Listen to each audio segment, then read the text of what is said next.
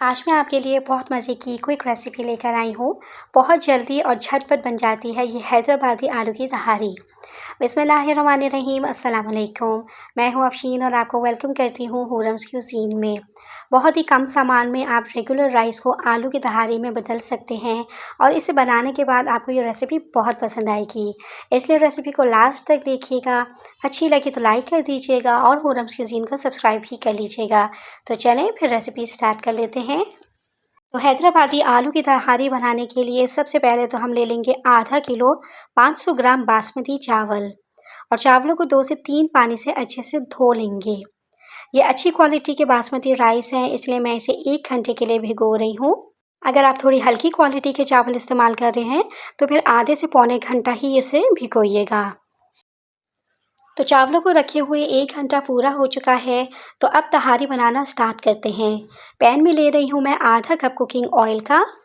Oil हल्का गर्म हो जाए तो इसमें डालेंगे 2 दालचीनी के टुकड़े, 4 अदद सब्ज़ इलायची शामिल करेंगे, 2 से 3 बादियान के फूल डालेंगे। बादियान के फूल बहुत ज़रूरी है इस रेसिपी में, तो ज़रूर ऐड कीजिएगा। 1 टीस्पून गोल काली मिर्च है और सफ़ेद ज़ीरा है 1 टीस्पून के बराबर। ये सारे गरम मसाले हल्के गरम ऑयल में डाल देंगे और तकरीबन 1 मिनट के लिए इन्हें फ्राई होने देंगे। जैसे ही ये क्रैकल होना स्टार्ट हो जाए तो इसमें 2 छोटे साइज़ की प्याज शामिल करेंगे। प्याज को हल्का सुनहरा होने तक फ्राई करेंगे। बहुत ज़्यादा ब्राउन नहीं करेंगे प्याज को, वरना चावलों का कलर ख़राब हो जाएगा। जैसे ही अच्छा सुनहरा सा कलर आ जाए प्याज में, तो इसमें शामिल करेंगे 1 टेबलस्पून अदरक और लहसुन का पेस्ट और इसी के साथ ही इसमें शामिल करेंगे 2 टेबलस्पून हरी मिर्चों का पेस्ट। अब 1 मिनट के लिए अदरक, लहसुन और ग्रीन चिली पेस्ट को फ्राई करेंगे।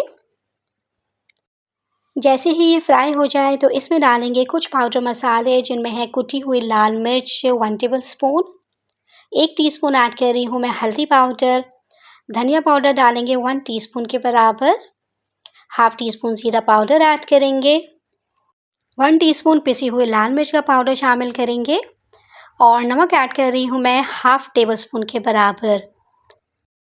अब मसाले को थोड़ा सा भून लेंगे। तकरीबन 1 मिनट तक मसाले को भून लेने के बाद इसमें शामिल करेंगे आधा कप के बराबर पानी, ताकि मसाला जले नहीं और जो आलू हम आगे शामिल करेंगे वो भी इसी पानी में गल जाएं। इसी के साथ ही हम इसमें शामिल कर देंगे 2 मीडियम साइज़ के टमाटर, जिन्हें मैंने गोलाई में काटा हुआ है। टमाटरों के साथ ही हम इसमें ऐड कर देंगे आलू छोटे टुकड़ों में कटे हुए। आलू आप अपनी मर्ज़ी से ले सकते हैं, जितना आप डालना चाहें। मैंने 3 मीडियम साइज़ के आलूओं का इस्तेमाल किया है। अब 2 से 3 मिनट तक इन्हें फ्राई कर लेंगे और इसके बाद हम इसे कवर करके पकाएंगे 7 से 8 मिनट के लिए मीडियम टू लो फ्लेम पे, ताकि टमाटर सॉफ्ट हो जाएं और आलू भी 80% तक गल जाएं। बाकी के 20% आलू हम चावलों के साथ पकाएंगे। अब 7 से 8 मिनट के बाद कवर को हटाएंगे। आलू 80% तक गल चुके हैं। बाकी के 20% आलू चावलों के साथ दम पे पकाएंगे। अब यहाँ पे मैं इसमें शामिल कर रही हूँ इमली 1 टेबलस्पून और इसके साथ ही 5 से 6 सब्ज़ मिर्चें भी शामिल कर देंगे। सब्ज़ मिर्च और इमली को इस मसाले में मिक्स कर लेंगे। अच्छे से मिक्स कर लेने के बाद इसमें शामिल करेंगे पानी। तो सबसे पहले मैं इसमें 1 गिलास पानी शामिल कर रही हूँ। बाकी कितना पानी ऐड करना है मज़ीद, ये चावल डालने के बाद हम देखेंगे। अब जो आधा किलो चावल हैं, जिन्हें हमने भिगो के रखा हुआ था, ये शामिल कर देंगे। अब मज़ीद इतना पानी शामिल करेंगे कि पानी चावलों से 1 इंच ऊपर हो।